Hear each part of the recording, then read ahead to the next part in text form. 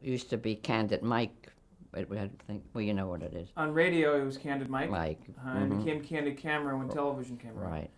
And what was the basic premise?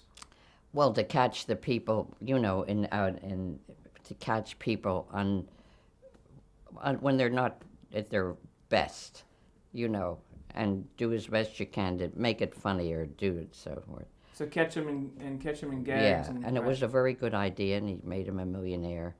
Tom O'Malley worked for Alan Funt. Tom O'Malley was a booker.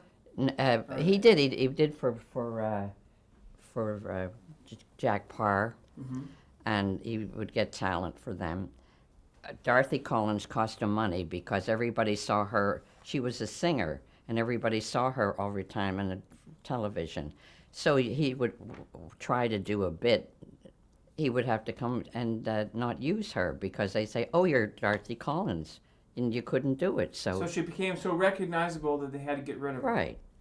And so they had a meeting, and Alan said, "We got to get a gal." No. This is Alan. Alan Funt, the owner of the show, and he said, "We've got to get Dorothy. She'll understand, but I got to get a girl," and he said, "I want a type that's not sexy, looks like a plain Jane, looks like she could work in the 5 and 10, just normal, for heaven's sakes, girl, and she's not that dumb that she might, and the way she doesn't speak well may be an asset to the show."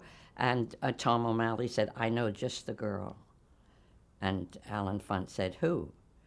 And she said whatever she said, and he said, "Well, bring her up." And Who was the girl? Me. And Alan said, and I loved all the things that they talked. I'm at 5 and 10, and I said, "Thanks a heap," and that's what. And I'm listening to them cast me, and Alan Funt remembered Marge and Jeff. And he said, "I used to watch her, believe it or not. But I put on a black beret when I went to see him. I met with Alan Funt." And how'd that go? And I went, and he talked, and he sounded, he told me he admired my work and that. And just the thing, but and he seemed, I had a feeling I didn't get the job. I don't know why, but that was my feeling.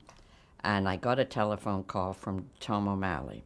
He said, "Marge, what the hell were you wearing on your head?" And I said, "What did I have? What?"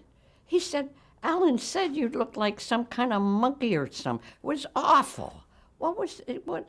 And I said, "That's my hat I always wear, and nobody ever told me."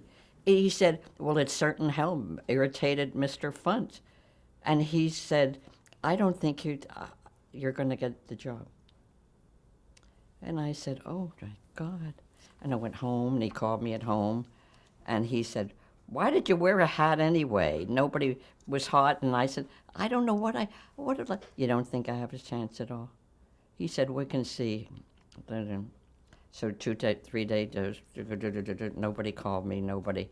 2 or 3 days later? Later, I was waiting, nobody called me about the hat.